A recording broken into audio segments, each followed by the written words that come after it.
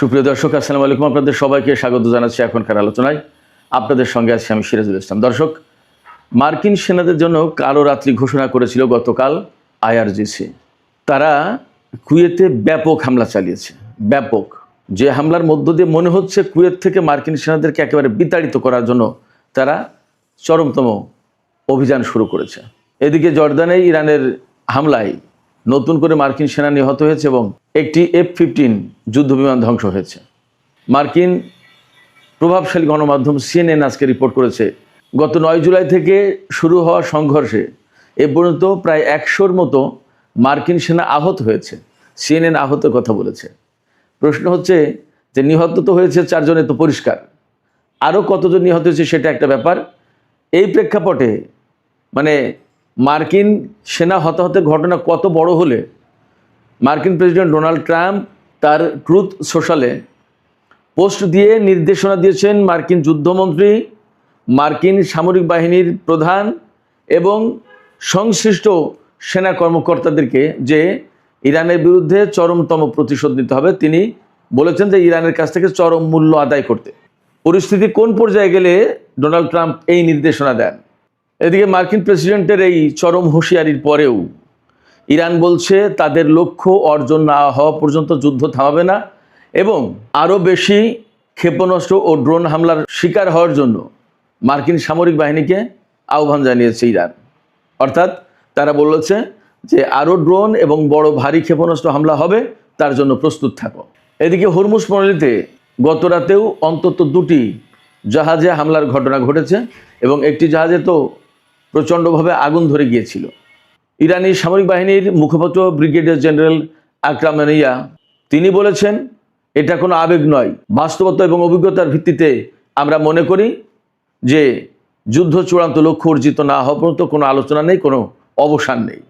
এপাশে ইরান এবং আমেরিকার মধ্যে নতুন করে কূটনৈতিক আলোচনা শুরুর জন্য যে সমস্ত দেশ মধ্যস্থতা করেছিল, কাতার, পাকিস্তান, তুরস্ক, তারা সম্মিলিতভাবে প্রস্তাব দিয়েছে এবং ইরান বলছে তারা এই সমস্ত নিয়ে এখন আসলে ভাবছে না। ইরানি সংসদের স্পিকার বাকের কলিবফ তিনি বলেছেন, একদিকে তারা আমাদেরকে হুমকি দিচ্ছে, আমাদের উপরে যুদ্ধ চাপিয়ে দিচ্ছে, বিমান এবং ক্ষেপণাস্ত্র জড়ো করছে নতুন করে, আর একদিকে আমাদেরকে যুদ্ধবিরতির কথা বলছে। এই চালাক চাতুরি আমরা বুঝি, এ দিয়ে আমাদেরকে বোকা বানানো আর যাবে না। এদিকে হরমুজ প্রণালী, ইরানের সাথে আমেরিকার চরম উত্তেজনা, ব্যাপক সামরিক সংঘর্ষের পরেও আন্তর্জাতিক বাজারে তেলের দাম প্রায় $1 কমেছে ব্যারেল প্রতি। তার কারণ কি জানেন? তার কারণ হচ্ছে মধ্যস্থতাকারীরা ইরান এবং আমেরিকাকে প্রস্তাব দিয়েছে অন্তত 10 দিনের জন্য যুদ্ধবিরতি করতে, যাতে আবার কূটনৈতিক প্রক্রিয়ায় ফিরে আসা যায়। এই কথাতেই কিন্তু ইরানের পক্ষ থেকে ইতিবাচক সাড়া নেই। এ প্রেক্ষাপটে অবশ্যই এ প্রশ্ন আসছে, আসলে তেলের দাম সাময়িকভাবে কমলেও আরও অনেক বেশি বেড়ে যায় কিনা। কারণ ইয়েমেন সৌদি আরবের উপর বাব আল মানদেব প্রণালীতে নৌ অবরোধ আরোপ করেছে। এই ব্যাপারে সৌদি আরব এবং তার মিত্ররা কি বলছে ইত্যাদি নানান বিষয়ে আজকে ভিডিওতে আমি বিস্তারিত কথা বলার চেষ্টা করব। আশা করি আপনারা শেষ পর্যন্ত সঙ্গে থাকবেন এবং ভিডিওটি আপনাদের ভালো লাগবে। ভিডিও যদি ভালো লাগে তাহলে লাইক, কমেন্ট, শেয়ার করবেন এবং আমাদের সাথেই থাকবেন। সুপ্রিয় দর্শক, চলুন বিস্তারিত আলোচনায় চলে যাই।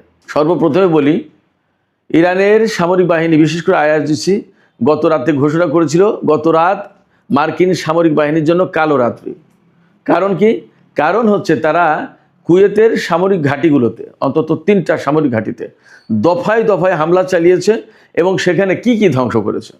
সেখানে ধ্বংস করেছে আলী আল সালেম ঘাঁটিতে হামলা চালিয়ে দীর্ঘপাল্লার রাডার, যোগাযোগ centre, communication centre, satellite receiving system এবং ক্ষেপণাস্ত্র প্রতিরক্ষা রাডারে মিসাইল এবং ড্রোন দিয়ে হামলা চালিয়েছে ইরান। এবং এই যেগুলো হামলার লক্ষ্যবস্তু ছিল সেগুলো মোটামুটি প্রায় সব ধ্বংস হয়ে গেছে। শুধু তাই না, এই আলী আল সালেম বিমান ঘাঁটিতে মার্কিন MQ-9 রিপার ড্রোনের হ্যাঙ্গার ছিল, সেখানেও হামলা চালিয়েছে এবং সেগুলো ব্যাপকভাবে ক্ষতিগ্রস্ত হয়েছে বা ধ্বংস হয়েছে বলে আইআরজিসির পক্ষ থেকে দাবি করা হয়েছে। এদিকে আহমদ আল জাবের বিমান ঘাঁটিতে ইরান গত রাতে ব্যাপক হামলা চালিয়েছে। সেখানে যা যা ধ্বংস হয়েছে তার ভেতরে আর্লি ওয়ার্নিং রাডার, ক্ষেপণাস্ত্র প্রতিরক্ষা রাডার, FPS-117 দীর্ঘপাল্লার রাডার সিস্টেম, পেট্রিয়েট ক্ষেপণাস্ত্র ব্যবস্থা এবং স্যাটেলাইট যোগাযোগ ব্যবস্থা ধ্বংস হয়েছে। এদিকে আগেই বলেছি আমি, জর্দানের একটি সামরিক ঘাঁটিতে ইরান গত রাতেও হামলা চালিয়েছে এবং সেখানে বেশ কয়েকজন মার্কিন সেনা হতাহত হয়েছে এবং একটি F-15 খুবই গুরুত্বপূর্ণ জঙ্গি বিমান, সেই যুদ্ধ বিমান ধ্বংস হয়েছে। গত রাতের এই ব্যাপক অভিযানের পর ইরান বলেছে এই অভিযান এখানে শেষ নয়। এবং কখন বলছে এই কথা? যখন কাতার, পাকিস্তান, তুরস্ক এদের পক্ষ থেকে প্রস্তাব দেওয়া হচ্ছে বা দেওয়া হয়েছে যে অন্তত 10 দিনের জন্য এই যুদ্ধ বিরতি করা হোক, তখন ইরান বলছে যে যুদ্ধ শেষ করার তো কোনো কারণই নেই, বরং আরও বড় এবং বিস্তৃত পরিসরে আমেরিকার বিরুদ্ধে অভিযান চালানো হবে। IRGC বলছে মধ্যপ্রাচ্য আমেরিকার না, এই অঞ্চলের কেউ নয় আমেরিকা, অতএব এই অঞ্চল থেকে তাদেরকে ছেড়ে যেতেই হবে। যতক্ষণ পর্যন্ত তারা না ছেড়ে যাচ্ছে ততক্ষণ পর্যন্ত এই হামলা অব্যাহত থাকবে। গত রাতে ইরানের এই হামলার আগে অবধারিতভাবে মার্কিন বাহিনী হামলা শুরু করে ইরানের বিরুদ্ধে এবং ইরানের দক্ষিণ অঞ্চলে বিভিন্ন টার্গেটে হামলা করেছে তারা। এর ভিতরে হরমুজ প্রণালীর এলাকায় অন্তত 2টি জাহাজে, তেলবাহী জাহাজে হামলা হয়েছে। একটি জাহাজে কিভাবে বিস্ফোরণ ঘটেছে শিওর না, এটা হতে পারে মাইন বিস্ফোরণে অথবা ইরানের হামলা, কিন্তু এটা পরিষ্কার এখনও কোনো বক্তব্য আসেনি। এই হামলার প্রেক্ষাপটে জাহাজটিতে ব্যাপকভাবে আগুন ধরে যায় এবং তাৎক্ষণিকভাবে জাহাজের যত ক্রু নাবিক যারা ছিল তারা লাইফ বোট নিয়ে তারা সমুদ্রে নেমে পড়ে, তাদেরকে উদ্ধারের প্রচেষ্টা চালানো হচ্ছে। আমি খবর যখন করেছি তখন, অর্থাৎ বেশ খানিক আগের কথা, হয়তো এতক্ষণে উদ্ধার হয়ে গেছে। এই যে মার্কিন হামলা পাল্টা হামলার ঘটনা ঘটছে, এর প্রেক্ষাপটে বিশেষ করে জর্দানে যে বহু সংখ্যক সেনা হতাহত হয়েছে, আর আসলে মার্কিন বাহিনী বিমান, ক্ষেপণাস্ত্র প্রতিরক্ষা ব্যবস্থা, তারপরে ড্রোন এবং হেলিকপ্টার বহু সংখ্যক ধ্বংস হয়েছে। একথা তারা যতই লুকিয়ে রাখার চেষ্টা করছে আসলে পারছে না। নিউ ইয়র্ক টাইমস, তারপরে CNN বিভিন্ন জায়গায় টুকটাক কম বেশি ফাঁস করে দিচ্ছে। এই অবস্থায় ভেতরে ভেতরে খবর তো মার্কিন প্রেসিডেন্ট ডোনাল্ড ট্রাম্প জানেই। ডোনাল্ড ট্রাম্প ঘোষণা করেছে যে ইরানকে এর জন্য চড়া মূল্য দিতে হবে। ট্রাম্প বলছে যে যতটা মার্কিন সেনা নিহত হয়েছে তার প্রতিটি সেনার বিপরীতে ইরানিদেরকে অনেক বেশি মূল্য দিতে হবে। তার মানে ধরুন একটা মার্কিন সেনা নিহত হলে তারা হয়তো 10 জন ইরানি সেনা হত্যা করার চেষ্টা করবে। ইঙ্গিত কিন্তু এইরকম। ডোনাল্ড ট্রাম্প ট্রুথ সোশ্যালে একটা পোস্ট দিয়েছেন। সেই পোস্টে তিনি মার্কিন যুদ্ধমন্ত্রী পিট হেগসেট, তারপরে জয়েন্ট চিফস অফ স্টাফের চেয়ারম্যান জেনারেল ড্যান কেইন এবং বিভিন্ন সেকশনের বড় বড় সামরিক কর্মকর্তা যারা, তাদেরকে এই নির্দেশনা বাস্তবায়নের কথা বলেছেন ডোনাল্ড ট্রাম্প। ট্রুথ সোশ্যালের যে পোস্ট দিয়েছে সেই পোস্টের মাধ্যমে কিন্তু এই নির্দেশনা দেওয়া হয়েছে। এর মানে হচ্ছে আমেরিকা ইরানের বিরুদ্ধে এই সেনা হত্যার ব্যাপক প্রতিশোধ নেওয়ার চেষ্টা করছে। এর আগে আমেরিকার হামলায় ইরানের 7 জন সেনা মারা গেছে, কিন্তু সেই সময় ইরানও বলেছিল আমরা পাল্টা হামলা চালাবো এবং এর মূল্য পরিশোধ করতে হবে আমেরিকাকে। তো এই যে হুমকি, পাল্টা হুমকি, এতে যুদ্ধ বন্ধের কোনো প্রেক্ষাপট, কোনো কারণ আলামত আমরা দেখছি না। অথচ পাশে মার্কিন পররাষ্ট্রমন্ত্রী মার্কো রুবিও বলছে যে আমাদের কূটনীতির দরজা খোলা।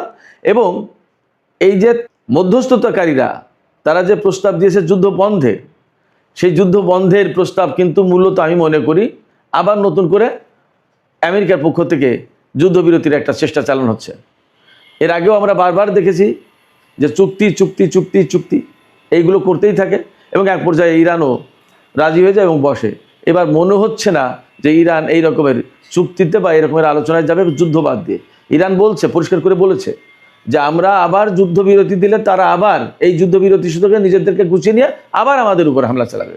এই অভিজ্ঞতা আমাদের বারবার হয়েছে। সেক্ষেত্রে আমরা এবার আর এই সমস্ত ভিতরে নেই। আমরা যে অবস্থা আছি এর একটা চূড়ান্ত পরিণতির দিকে যাব। এবং আমরা দেখতেও পাচ্ছি আমেরিকা কিন্তু বিপুল সংখ্যক বিমান আনছে, F-16 এবং F-35 বিমান আনছে জার্মানি এবং ব্রিটেন থেকে।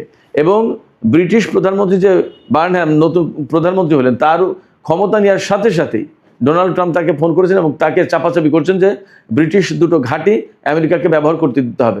এর আগে কিয়ার স্টারমার তিনি কিন্তু ব্রিটিশ ঘাঁটি ব্যবহার করতে দিতে চাননি। এটা নিয়ে অনেক টানাপোড়েন হয়েছে ব্রিটেন এবং আমেরিকার মধ্যে। নতুন প্রধানমন্ত্রী কী করেন সেটা একটা ব্যাপার, কিন্তু এরই মধ্যে তার উপর চাপ সৃষ্টি করেছেন ডোনাল্ড ট্রাম্প। সেক্ষেত্রে যুদ্ধবিরতির প্রত্যাশাটা কিন্তু প্রকাশ্যে আমেরিকা করছে না, ভেতরে ভেতরে বলছে। আবার তাদের যুদ্ধ প্রস্তুতি এবং ইরানের উপরে ব্যাপকভাবে হামলা এগুলো কিন্তু কন্টিনিউ চলছে। এই অবস্থায় যুদ্ধবিরতির কথা বললেও এবং তেলের দাম কিছুটা কমলেও আসলে বিশ্ববাজার কি হবে সেটা কিন্তু দারুণভাবে অনিশ্চিত। কারণ এরই মধ্যে গত রাতে হরমুজ প্রণালীতে দুটো জাহাজ আবার হামলার শিকার হয়েছে এবং ইরান পরিষ্কার করে বলেছে এবং বিশ্বের বিভিন্ন জাহাজ কোম্পানি, জাহাজের যে সমস্ত মালিক তাদের কাছে বার্তা পাঠিয়েছে যে আপনারা কেউ আমেরিকার দেওয়া নিরাপত্তার উপরে ভরসা করবেন না প্লিজ হরমুজ প্রণালীতে, কারণ আমেরিকার দেওয়া নিরাপত্তায় কোনো জাহাজ নিরাপদে বের হতে পারবে না। সেক্ষেত্রে আইআরজিসি বা ইরান যে রুট দিয়েছে সেই রুটেই জাহাজ পরিচালনা করুন এবং নিরাপদে আপনাদের জাহাজ বের করে নিন। আমেরিকার দেওয়া পথে গেলেই বিপদ, নিরাপত্তা থাকবে না, সেক্ষেত্রে সিদ্ধান্ত আপনাদের। তার মানে দাঁড়াচ্ছে যে হরমুজ প্রণালীতে ইরানের কন্ট্রোল মানতে হবে, এর বিকল্প নেই। যদি না মানে অমনি হামলা পাল্টা হামলার ঘটনা। তার মানে দাঁড়াচ্ছে হরমুজ এখনও কিন্তু অনিশ্চিত। এপাশে ইয়েমেনের হুতিরা বাব আল মানদেব প্রণালীতে সৌদি আরবের উপরে ব্লকেড আরোপ করেছে। এই ব্লকেড আরোপ করেছে, এরপরে সৌদি জোট নিন্দা জানিয়েছে এবং বলছে যে এটা আন্তর্জাতিক আইনের লঙ্ঘন। তো প্রশ্ন হচ্ছে, এটা যদি আন্তর্জাতিক আইনের লঙ্ঘন হয় তাহলে 12 বছর ধরে ইয়েমেনের উপরে যে আকাশপথে, নৌপথে, স্থলপথে সব অবরোধ দিয়ে রেখেছে সেটা আইনের লঙ্ঘন কিনা, সেটা মানবতার লঙ্ঘন হয় কিনা, সে প্রশ্ন থেকে যাচ্ছে। পাশাপাশি ইয়েমেনের হুতিরা যে অবরোধ আরোপ করেছে এটা তো একদম হালকা কোনো ব্যাপার না। তারা তো ঘোষণা দিয়েছে এবং শক্ত অবস্থান নিয়েছে। এই শক্ত অবস্থান এড়িয়ে যদি বাব আল মানদেব প্রণালী পার হতে হয় সৌদি আরবের জাহাজকে, তাহলে সেখানে তো হুতিরা হামলা চালাবে এবং তারা ক্রুজ ক্ষেপণাস্ত্র নিয়ে রেডি। তাহলে সৌদি আরবের জাহাজের নিরাপত্তা থাকবে কোথায়, দেবে কোথায়, সৌদি তেল বের হবে কি করে? যদি তাই না হয় তাহলে তেলের বাজার রিয়েলি এখন যে $1 মতো কমলো, কিন্তু প্রকৃতপক্ষে $1 কমবে কিনা সন্দেহ আছে, কতটুকু বাড়ে সেটাই প্রশ্ন। এবং ইরানের পক্ষ থেকে একদম পরিষ্কার বক্তব্য, বিশেষ করে সেনাবাহিনীর পক্ষ থেকে, যে যুদ্ধ আর কোনো মতেই ওই কূটনৈতিক আলোচনার নামে আর বন্ধ করা হবে না। কারণ যতবার কূটনৈতিক আলোচনার নামে আমেরিকা যুদ্ধবিরতির কথা বলেছে এবং আমরা রাজি হয়েছি, ততবার তারা নিজেদেরকে গুছিয়ে নিয়ে আমাদের উপর হামলা চালিয়েছে। এখান থেকে আরেকটা জিনিস আমি বলে শেষ করি। ইরানের হামলায় আমেরিকার ব্যাপক ক্ষয়ক্ষতি হচ্ছে বলেই পরিষ্কার হচ্ছে। তা না হলে কিন্তু আমেরিকা এই মুহূর্তে কোনো মতে আবার নতুন করে যুদ্ধবিরতির কথা বলতো না। যখনই তারা খুব চাপে পড়ে যায়, বিপদে পড়ে যায়, তখনই তারা যুদ্ধবিরতির কথা বলে। সেক্ষেত্রে এখনও আমার ধারণা যে আমেরিকা মারাত্মক রকমের চাপে পড়েছে এবং কিছু কিছু আলামত আমি আপনাদেরকে বলি, এর আগেও বলেছি আজকেও বলি।